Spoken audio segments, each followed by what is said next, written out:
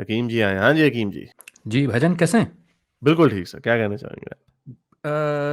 बस दो तीन बातें ये कहनी थी। ये एक तो डिबेट से रिलेटेड, और ये कि अम, जो कैस साहब ने जो एक बात कही कि भाई फलानी जो हदीसें जो हैं वो तो नहीं मान रहे थे इसको, और वो मालूम इमाम बुखारी की जो हदीस है उसके बारे में वो कह रहे थे।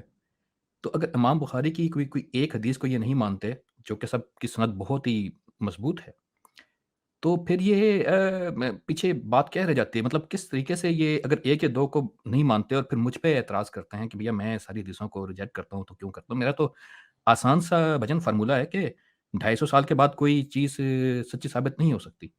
लेकिन आप जितनी मर्ज़ी मसला नरेशन पता बना क्या लें। था हकीम जी वो पंजाबी मसला भाई फिर अस्सलाम वालेकुम, आप भी हैं माशाल्लाह। वालेकुम सलाम।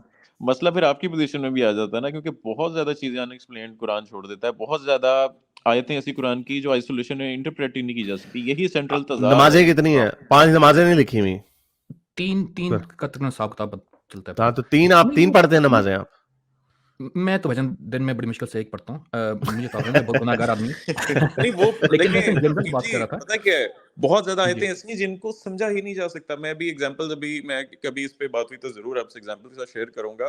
आई थिंक वो उनका मुकदमा उस एंड से बड़ा स्ट्रांग हो जाता है कि भाई आपने तो आधा आधा क्या बल्कि मेजोरिटी दी नहीं, आप वो उसमें से नहीं उड़ा भाईजान देते हैं। देखिए वो बिल्कुल तो एक इसलिए ये कि बहस है, आपकी लेकिन हम कहीं और कॉन्ट्रडिक्शन निकल है आप जाएँगे, एक और दोनों की टेंजेंट जो खुल जाएगा। सॉरी। जी सॉरी। और टाइम थोड़ा, तो मैं सिर्फ ये उस नुक्ते पर बात करना चाह रहा था कि जब ये लोग चेरी पिकिंग करते हैं और कहते हैं कि जी ये हदीस हमें पसंद है और ये हम मान रहे हैं और सनद सबकी बराबर है नहीं एक जैसी हकीम है। जी, देखें वो कुरान से ही दलील लेते हैं कि कुरान ये में ही लिखा अ, हुआ है कि आपने अपने नबी की जो सुन्नत है वो फॉलो करनी। एग्जैक्ट वर्ड्स मैं आपको कोट कर दूंगा, बाकायदा आयतें हैं जिनमें लिखा हुआ है कि आपने अपने नबी के अमल को और उनकी शायद सेइंग्स अपनाना को है। भी फॉलो करना है, जी, ठीक जी। है।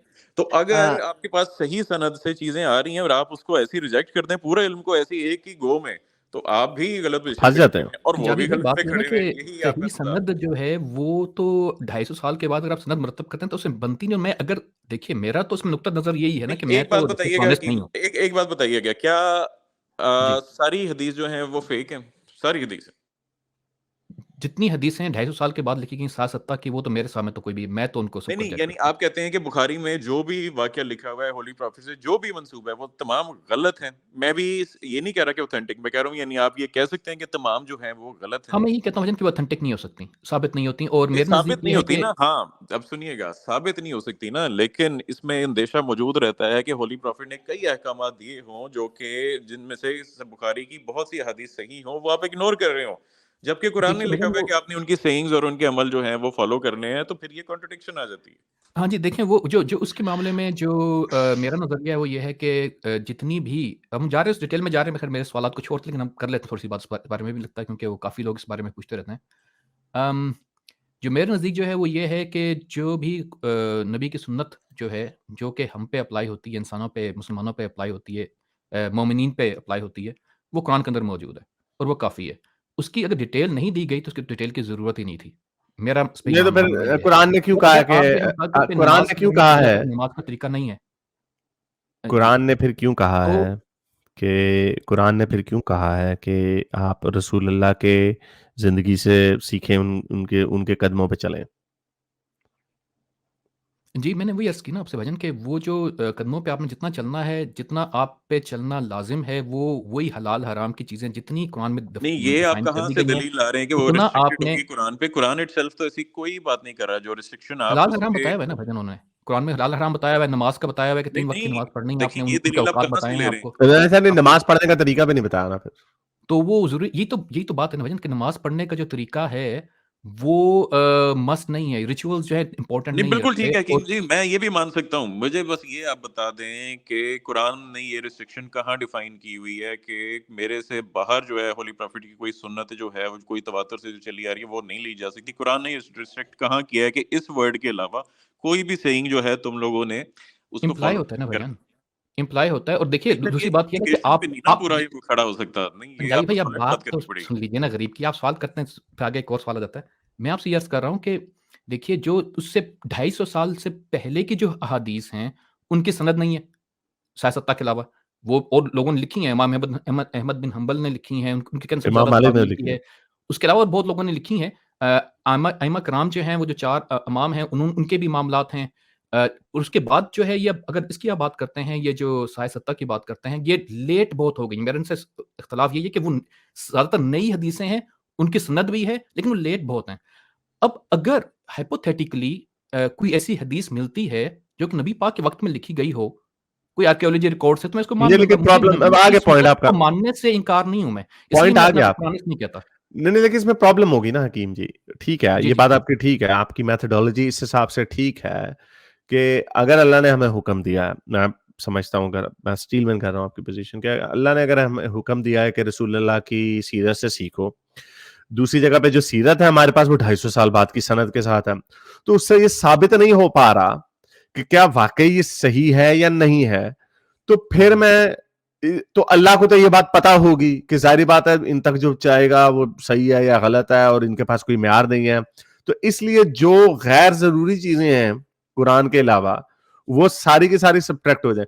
प्रॉब्लम ये है इसके अंदर कि आपको फिर सारी की सारी करनी पड़ेंगी, और अगर हम सारी की सारी करते हैं तो बात फिर वहीं पे चली जाती है। अल्लाह को तो पता था कि ये सनद जो है इनके पास कुछ, इनमें बहुत सारी सच्ची भी हो सकती हैं, और मैं जहां तक समझ रहा हूं आपका भी यही दावा है कि बहुत सारी सच्ची भी हो सकती है, हमारे पास कोई वे नहीं है कंफर्म करने का कि क्या हाँ जी। वाकई सही है, कि सारी की सारी सही है, थोड़ी सी सही है, या कोई भी सही नहीं है। हमारे पास कंफर्म करने का वे नहीं है, जो आपके सामने मेथड रखा गया।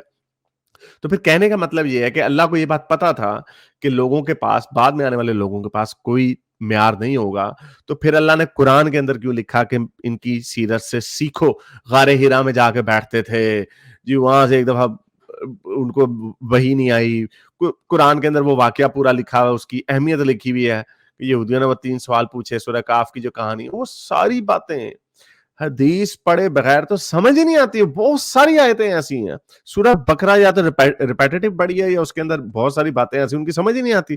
तो आप जब कुरान को पूरे तरीके से पढ़ते हैं जी।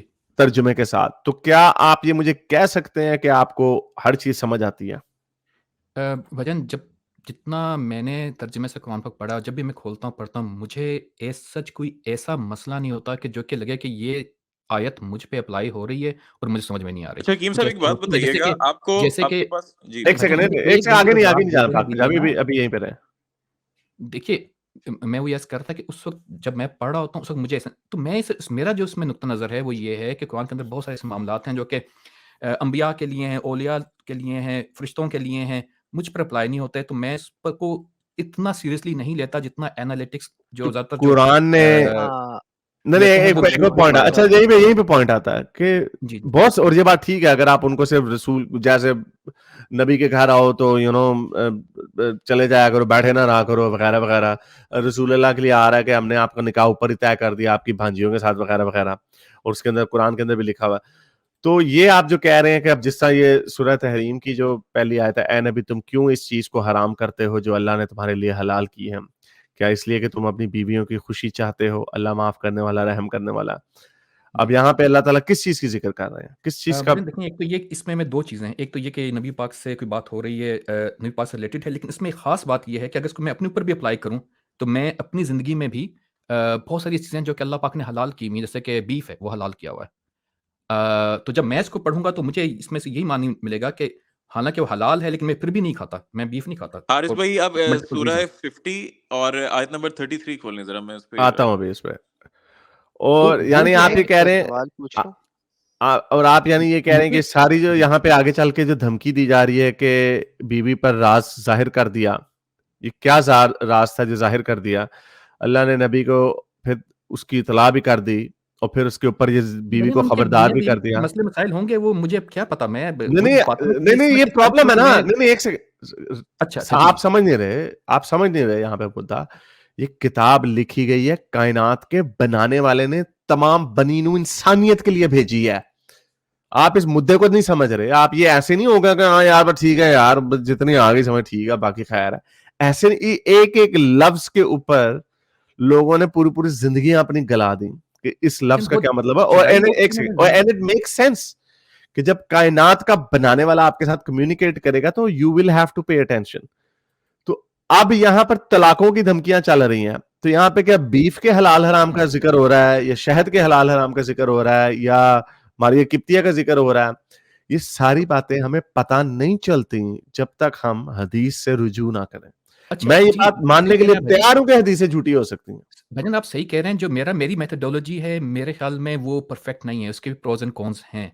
लेकिन मुझे ये लगता है, मैं अपनी राय में बताऊंगा आपको, कि अगर मैं जो है वो फिर ये करूं कि इसको हदीसों में ढूंढना शुरू कर दूं, तो उससे और प्रॉब्लम्स बनते हैं। हदीसों की फिर तफसीर में जाऊं, तो तफसीर आप फिर कुरान ये की क्यों नहीं मान तफसीर लेते? जाऊं, हम तो मजीद मैं एग्री प्रॉब्लम्स करता हूँ बनते हैं। आपसे मैं तो एग्री इनका करता फायदा हूँ ही आपसे मैं एग्री करता हूँ आपसे कि जी हम प्रॉब्लम में चले जाएंगे। इसीलिए हमारा मुद्दा ये है हकीम जी कि आप एथियस्ट हो जाएं, अरे क्योंकि भाईजान कायनात का बनाने वाला इस तरह की यहमियां नहीं कर सकता कि कुरान की किताब भी छोड़ गया, उसकी भाईजान तशरीह ये करने वाले मर गए हैं। मुझे बता दीजिए, वरना वो फिर मुझे चले पकड़ने आ माफी जाएंगे, माफी आप तो नहीं माफी जाएंगे। माफी माफी मैं माजरत चाहता हूँ। ये कोई बात नहीं, मैं कोई बात थोड़ा नहीं। ज्यादा बेतकल्लुफ हो गया। हो जाता है जी। कुरान मजीद की, कुरान शरीफ की, कायनात का बनाने वाला इस तरह की बातें नहीं कर सकता कि वो बीच में क्वेश्चन मार्क्स छोड़ जाए लोगों के लिए। अभी पाक पंजाबी ने भी आयत रखी है, इस तरह की बेतहाशा आयतें हैं जो जिनका पता ही नहीं चलता।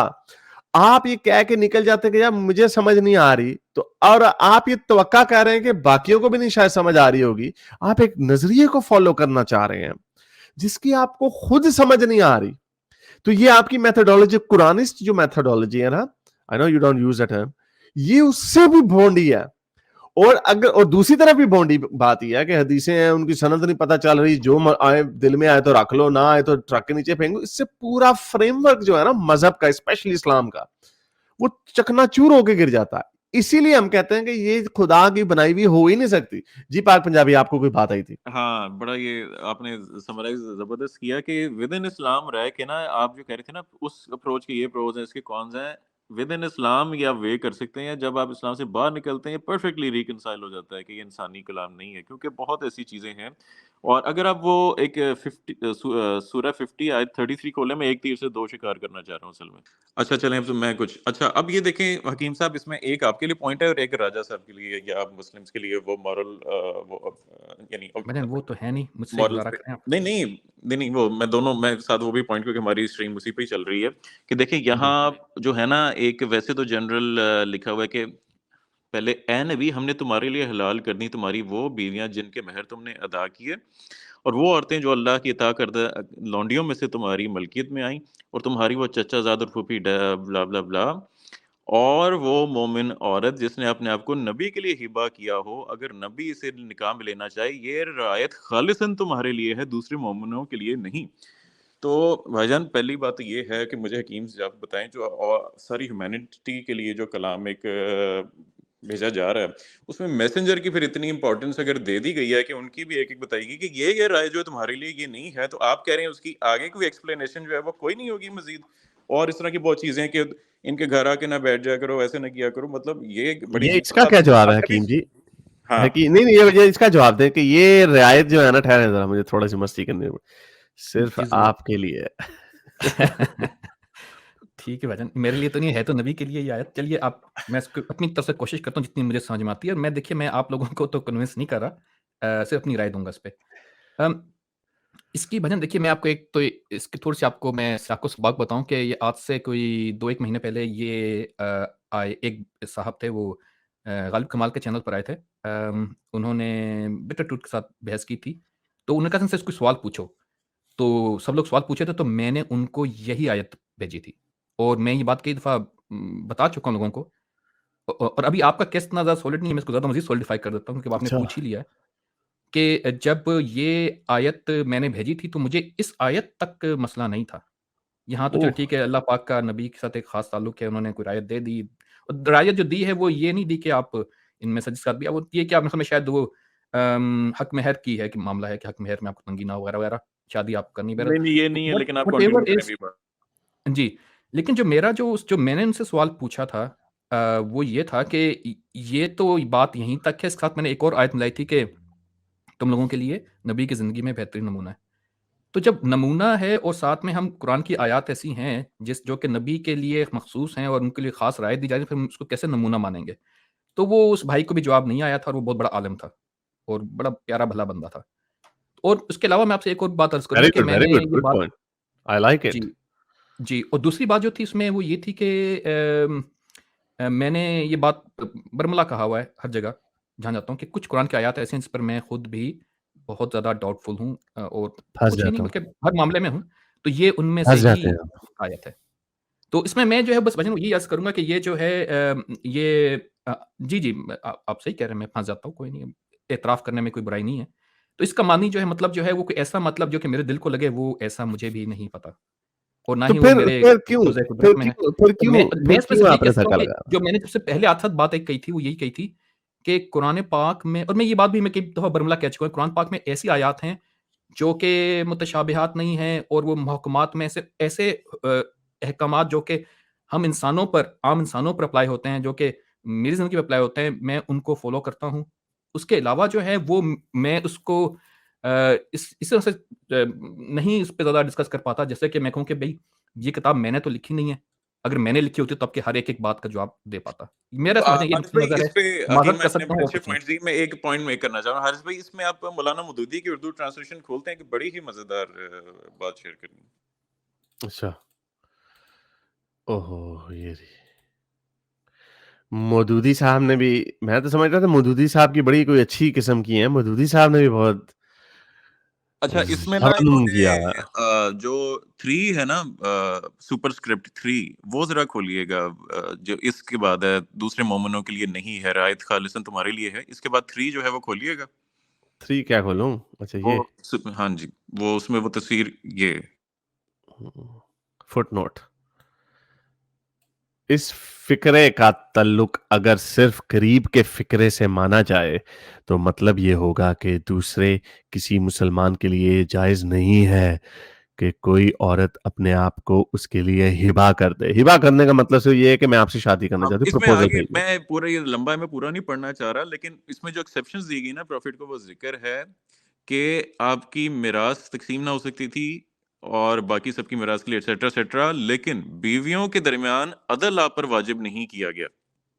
ये मेरी समझ है। ओह! अच्छा ये क्या ये, क्योंकि ये इसकी क्या बहुत बड़ी, साइंस है? अच्छा ये मुझे दलील नहीं था पता, लेकिन ये इन्होंने दलील दी है ये भी, क्योंकि ऑब्वियसली हमें सबको पता है कि हज़रत सौदा को हज़रत मोहम्मद उनके साथ उनके घर नहीं जाया करते थे, तो उन्होंने अपनी रात जो थी उनको हज़रत आयशा को दे दी थी, जो कि एक बहुत बड़ा तमाचा है इस दलील के मुँह पे, जो ये दलील दी जाती है कि बीवियाँ मल्टीपल बीवियाँ रख लो ताकि उनको बराबरी से ट्रीट करो। तो एक को उसके इज़्दिवाजी हकूक़ ही नहीं पूरे किए जा रहे, कितना ज़ुल्म हो रहा है वैसे।